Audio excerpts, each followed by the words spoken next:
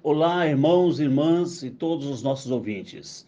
Que você seja abençoado neste dia e todas as suas necessidades sejam supridas. Amém?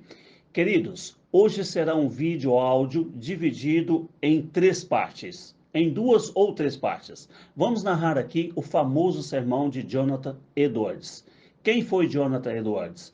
Jonathan Edwards foi um pastor norte-americano e um destacado teólogo e erudito da Nova Inglaterra no período colonial no século XVIII. Edwards nasceu em 5 de outubro de 1703 e em 1727 ele foi ordenado e empossado como pastor assistente da igreja de seu avô, Salomão Studart, que faleceu em 1729. Edwards tornou-se o pastor da igreja oficial no lugar de seu avô e em 1734 houve um grande reavivamento nos Estados Unidos e chegou à sua igreja nesta época. Seu famoso sermão, Pecadores nas Mãos de um Deus Irado, foi proferido em 1741 durante esse reavivamento. Este sermão se encaixa muito bem nos dias de hoje.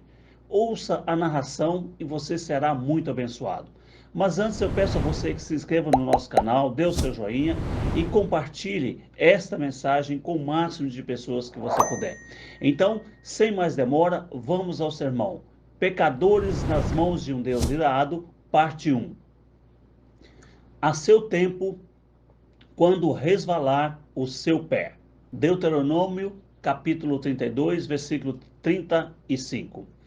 Neste versículo, os ímpios e incrédulos israelitas, que eram o povo visível de Deus e que viviam debaixo de sua graça, são ameaçados com a vingança do Senhor. Apesar de todas as obras maravilhosas que Deus operara em favor desse povo, este permanecia sem juízo e destituído de entendimento, como está escrito no versículo 28. E mesmo sob todos os cuidados do céu, produziram frutos amargos e venenosos, conforme verificamos nos dois versículos anteriores. A declaração que escolhi para meu texto, a seu tempo, quando resvalar o seu pé, parece subentender as seguintes questões relativas à punição e destruição que aqueles ímpios israelitas estavam sujeitos a sofrer. Número 1. Que eles estavam sempre expostos à destruição, assim como está sujeito a cair todo aquele que se coloca de pé ou anda por lugares escorregadios. A maneira como serão destruídos vem aí representada pelo deslize de seus pés. A mesma citação encontramos no Salmo 73:18, onde está escrito: Tu certamente os põe em lugares escorregadios e os fazes cair na destruição. Número 2. Faz supor também que estavam sempre sujeitos a uma súbita e inesperada destruição, à semelhança daquele que anda por lugares escorregadios e a qualquer instante pode cair. O ímpio não consegue prever se num momento ficará de pé ou se em seguida cairá. Quando cai, cai subitamente sem aviso, como está escrito também no Salmo 73:18 e 19, onde diz que tu certamente os pões em lugares escorregadios e os fazes cair na destruição. Como ficam de súbito assolados, totalmente aniquilados de terror. Número 3. Outra coisa implícita no texto é que os ímpios estão sujeitos a cair por si mesmos, sem serem derrubados pelas mãos de outrem, pois aqueles que se detêm ou anda por terrenos escorregadios não precisam mais do que seu próprio peso para cair por terra.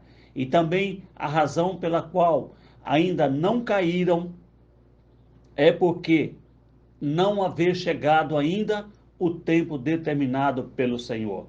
Pois está escrito que, quando este tempo determinado ou escolhido chegar, seu pé irá resvalar, e então serão entregues à queda para a qual já estão predispostos por causa do próprio peso. Deus não os susterá mais em lugares escorregadios, mas vai deixá-los sucumbir. Então, neste exato momento, cairão em destruição, à semelhança daqueles que transitam em terrenos escorregadios, à beira de precipícios e não conseguem se manter de pé sozinhos, caindo imediatamente e se perdendo ao serem abandonados. Eu insistiria agora no exame maior das seguintes palavras: não há nada a não ser a boa vontade de Deus que impeça os ímpios de caírem no inferno a qualquer momento. Por mera boa vontade de Deus, me refiro à sua vontade soberana, ao seu livre arbítrio, o qual não é restringido por nenhuma obrigação, nem tolhido por qualquer tipo de dificuldade. Em última análise, sobre qualquer aspecto, nada exceto a vontade de Deus tem poder para preservar os ímpios da destruição por um instante sequer. A verdade desta observação transparecerá nas seguintes considerações. Número 1. Não falta poder a Deus para lançar os ímpios no inferno a qualquer momento. A mão dos homens não é suficiente forte quando Deus se levanta. O mais forte deles não tem poder para resistir-lhe, e ninguém consegue se livrar de suas mãos. Ele não só pode lançar os ímpios no inferno, como também pode, com maior facilidade, os entregá-los. Muitas vezes, uma autoridade terrena encontra grande dificuldade em dominar um rebelde, o qual acha meios de se fortalecer e se tornar mais poderoso pelo número de seguidores que alicia. Mas com Deus não é assim. Não há força que resista ao seu poder.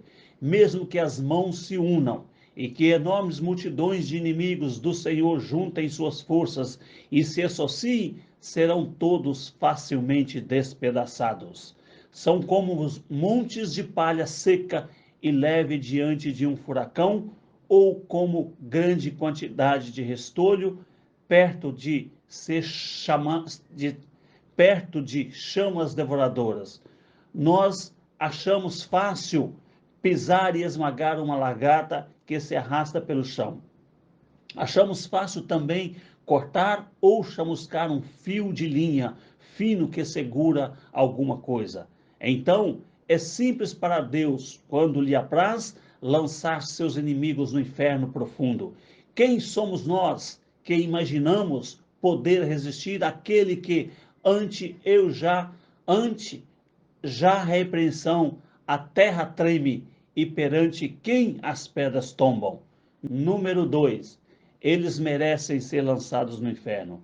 Assim, a justiça divina não se interpõe no caminho dos ímpios, nem faz objeção pelo fato de Deus usar seu poder para destruí-los a qualquer momento. Muito pelo contrário, a justiça fala assim da árvore que produz frutos maus. Pode cortá-la, para que está ela ainda ocupando inutilmente a terra. Ou seja, vou repetir, pode cortá-la? Para que está ela ainda ocupando inutilmente a terra? Lucas 13:7. A espada da justiça divina está o tempo todo erguida sobre suas cabeças, e somente a mão da absoluta misericórdia e a mera vontade de Deus podem detê-la. Número 3. Os ímpios já estão debaixo da sentença da condenação ao inferno. Eles só não merecem ser lançados ali, mas a sentença da lei de Deus, esse preceito de eterna e imutável retidão que o Senhor estabeleceu entre si mesmo e a humanidade, também se coloca contra eles e assim os mantém. Portanto, tais homens já estão destinados ao inferno. O que não crê já está julgado. João 3,18. Assim, todo impenitente pertence verdadeiramente ao inferno. Ali é o seu lugar. Ele é de lá, como lemos em João 8:23. Vós sois cá de baixo, e para lá é destinado. Este é o lugar que a justiça, a palavra de Deus e a sentença de sua lei imutável reservam para eles. Número 4. Assim sendo, eles são objetos da ira e da indignação de Deus, que se manifestam através dos tormentos do inferno.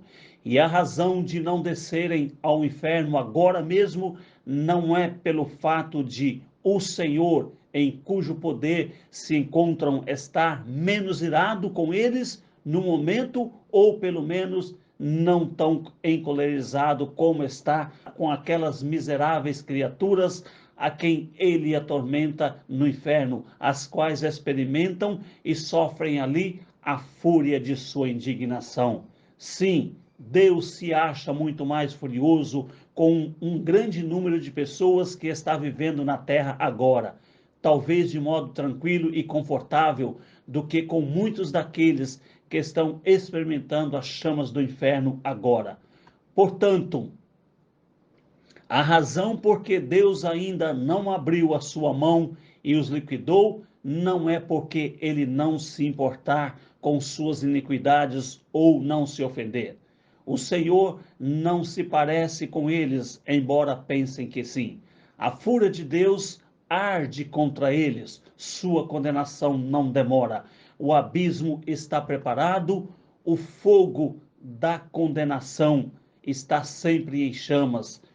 As chamas vermelhas queimam. A espada luminosa foi afiada e pesa sobre suas cabeças. O inferno abriu a sua boca debaixo deles. Número 5.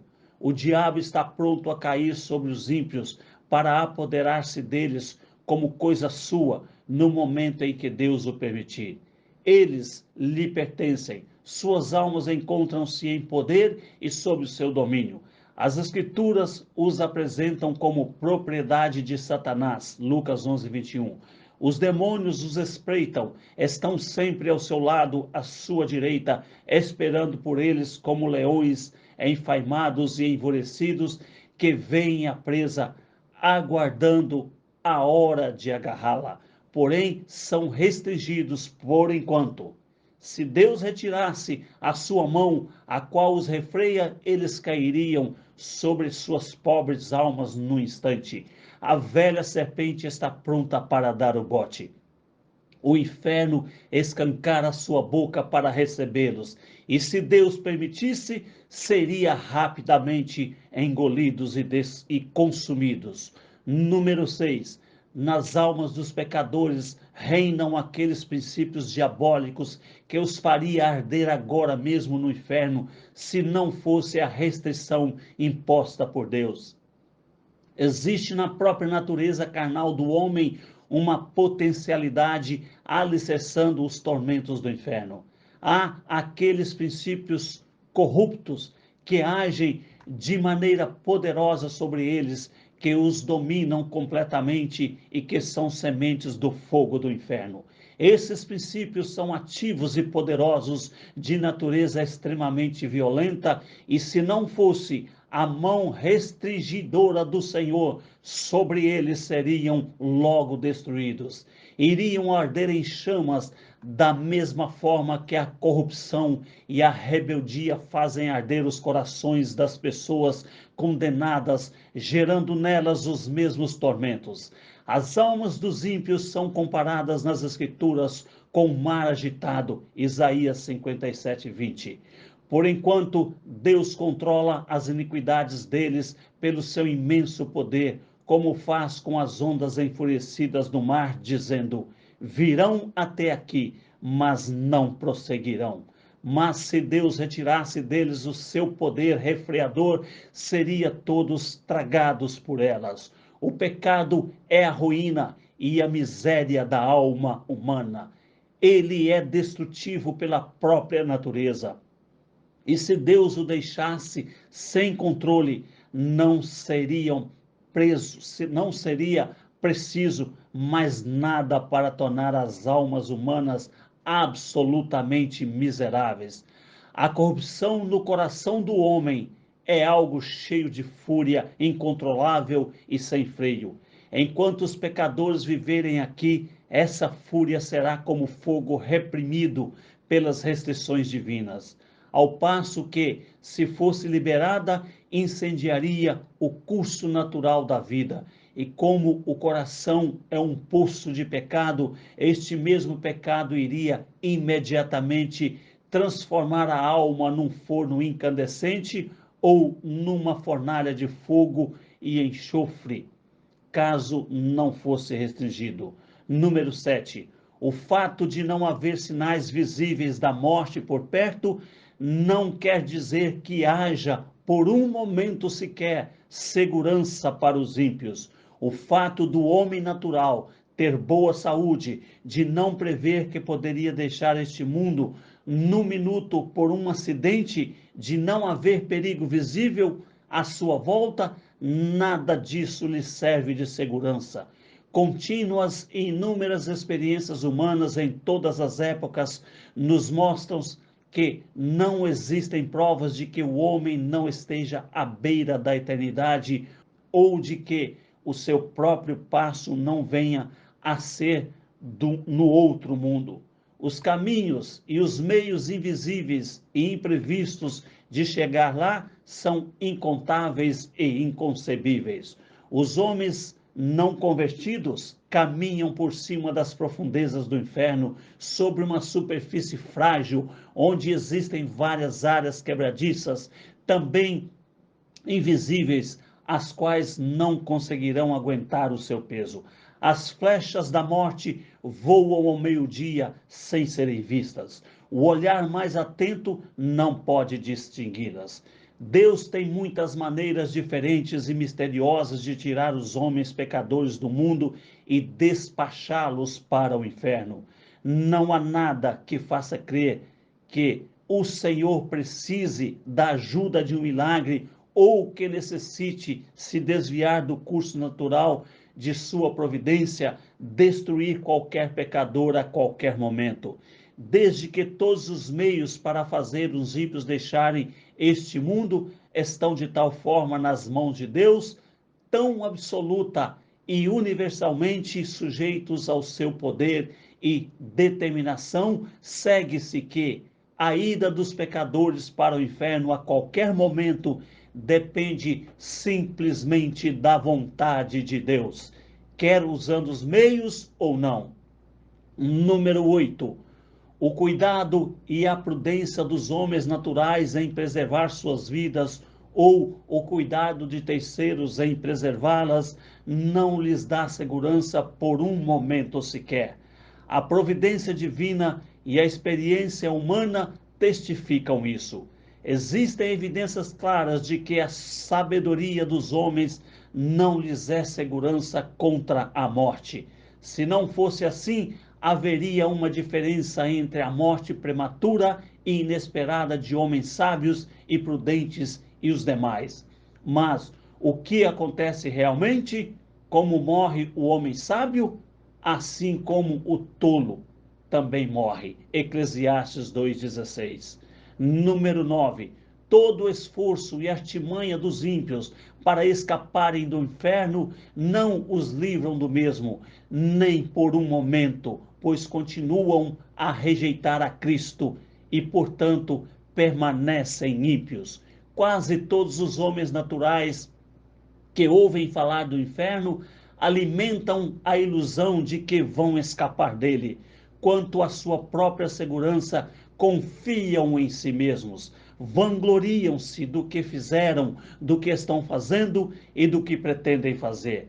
Cada um traça o seu próprio plano, pensam em como evitar a condenação e se vangloria de que irá tramar tão bem todas as coisas que seu esquema com certeza não falhará.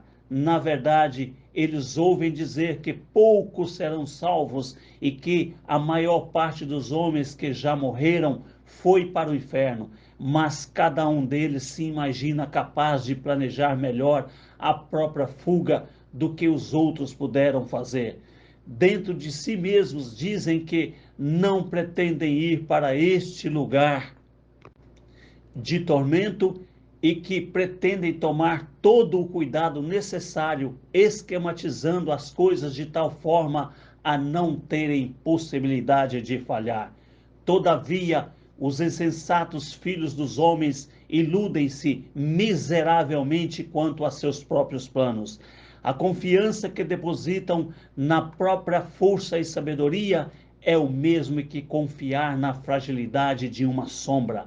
A maior parte daqueles que antes viveram debaixo da dispensação da graça e agora estão mortos, sem dúvida alguma, foi para o inferno.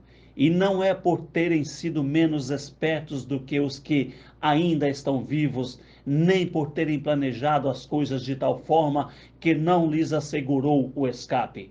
Se pudessem falar com eles um a um e perguntar-lhes se, quando vivos, esperavam ser vítimas de tamanha miséria, sem dúvida alguma ouviríamos todos dizer: não, eu nunca pensei em vir para cá, para este lugar. Eu tinha esquematizado as coisas de maneira bem diferente. Pensei que iria conseguir algo melhor para mim, que meu plano era adequado. Pensei em me precaver melhor, mas tudo aconteceu de maneira tão repentina. Eu não esperava por isso naquela época e nem daquela maneira. No entanto, tudo veio como um ladrão. A morte foi mais esperta que eu. A ira de Deus foi rápida demais para mim. Oh, maldita insensatez! Eu me gabava e me deleitava em sonhos vãos quanto ao que faria no futuro.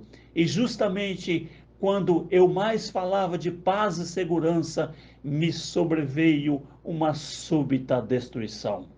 Número 10. Deus não se sujeita a nenhuma obrigação, nem a nenhuma promessa de manter o homem natural fora do inferno por um momento sequer.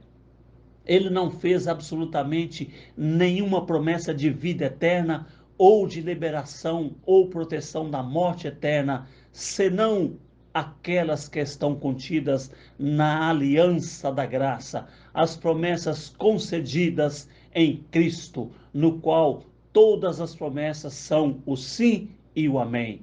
Mas, obviamente, os que não são filhos da aliança da graça não têm interesse na mesma, pois não creem em nenhuma das suas promessas e nem têm o menor interesse no mediador desta aliança. Portanto, apesar de tudo que os homens possam imaginar ou pretender sobre promessas de salvação, devido às suas lutas pessoais e buscas incessantes, deixamos claro e manifesto que qualquer desses esforços ou orações que se façam em relação à religião será inútil, a não ser que creiam em Cristo, o Senhor. De modo nenhum Deus está obrigado a conservá-los fora da condenação eterna. Então, os homens impiamente estão detidos nas mãos de Deus por cima do abismo do inferno. Eles merecem o lago de fogo e para ele estão destinados. Deus se acha terrivelmente irritado. Seu furor para com eles é tão grande quanto para com aqueles que já estão agora sofrendo o suplício da fúria de sua ira no inferno. Esses ímpios não fizeram absolutamente nada para abrandar ou diminuir sua cólera. Portanto, o Senhor não está de modo algum preso a qualquer promessa de livramento, nem por um momento sequer. O diabo espera por eles, o inferno já escancarou a sua boca para tragá-los. O fogo latente em seus corações agrava-se agora, querendo explodir. E como continuam sem o menor interesse no mediador, não existem meios ao alcance deles que eles possa dar-lhes segurança.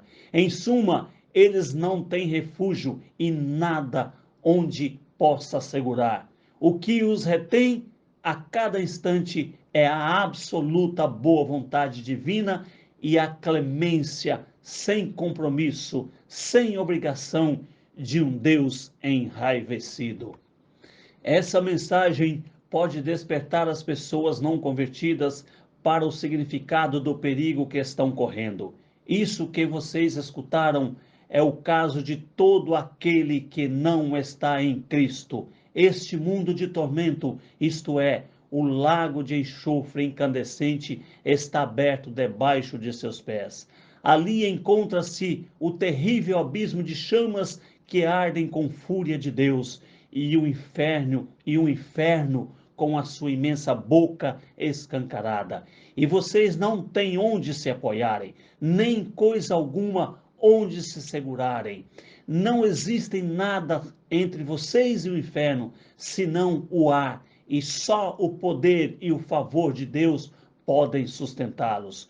Provavelmente vocês não têm consciência dessas coisas, acham que vão conseguir se livrar do inferno e não veem nisso tudo a mão de Deus. E olham as coisas ao seu redor como um bom estado de sua saúde física, os cuidados que tomam de suas vidas e os meios que usam para a sua própria preservação. Mas essas coisas não representam nada. Se Deus retirasse a sua mão, elas de nada valeriam para impedir-lhes a queda.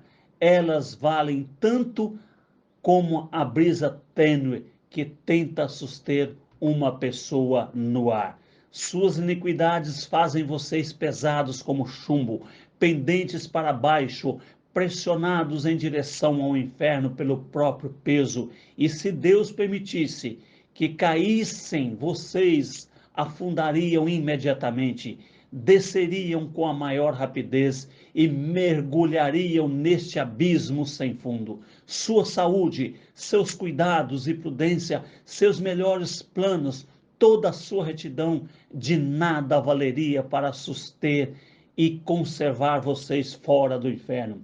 Seria como tentar segurar uma avalanche de pedras como uma teia de aranha. Se não fosse a misericórdia de Deus, a terra não suportaria vocês por um só momento, pois são uma carga para ela. A natureza geme por causa de vocês. A criação foi obrigada a se sujeitar à escravidão involuntariamente por causa da corrupção de vocês. Não é com prazer que o sol brilha sobre vocês, porque sua luz alumie vocês para pecarem e servirem a Satanás. A terra não produz de bom grado os seus frutos para satisfazer a luxúria de vocês, nem está disposto a servir de palco à exibição de suas iniquidades. Não é voluntariamente que o ar alimenta a sua respiração, mantendo viva a chama dos seus corpos, enquanto vocês gastam a vida servindo os inimigos de Deus. As coisas criadas por Deus são boas e foram feitas para que o homem, por meio delas, servissem ao Senhor. Não é com prazer que prestam serviço a outros propósitos e gemem quando são ultrajadas ao servirem objetivos tão contrários à sua finalidade e natureza. E a própria terra vomitará vocês, se não fosse a mão soberana daquele a quem vocês tanto têm ofendido. Eis aí as nuvens negras da ira de Deus, pairando agora sobre suas cabeças, carregadas por uma tempestade ameaçadora, cheias de trovões. Não fosse a mão restringidora do Senhor, elas arrebentariam imediatamente sobre vocês. A miséria soberana de Deus, por enquanto, refreia esse vento impetuoso. Do contrário, ele sobreviria com fúria, sua destruição ocorreria repentinamente e vocês seriam como palha dispersa pelo vento. A ira de Deus é como grandes águas represadas que crescem mais e mais, aumentam de volume até que encontram uma saída.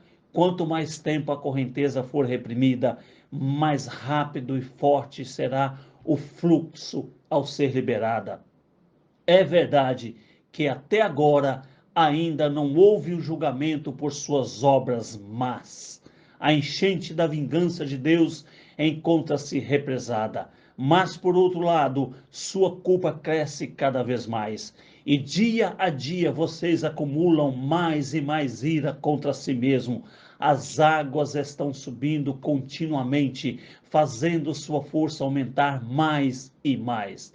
Nada, a não ser a misericórdia de Deus, detém as águas, as quais não querem continuar represadas e forçam uma saída. Se Deus retirasse a sua mão das comportas, elas se abririam imediatamente e o mar impetuoso da fúria e da ira de Deus iria se precipitar com furor inconcebível e cairia sobre vocês com poder onipotente. E mesmo que sua força fosse 10.000 vezes maior do que é, sim, 10.000 vezes maior do que é, a força do mais forte e vigoroso diabo no inferno não valeria nada para resistir ou deter a ira divina.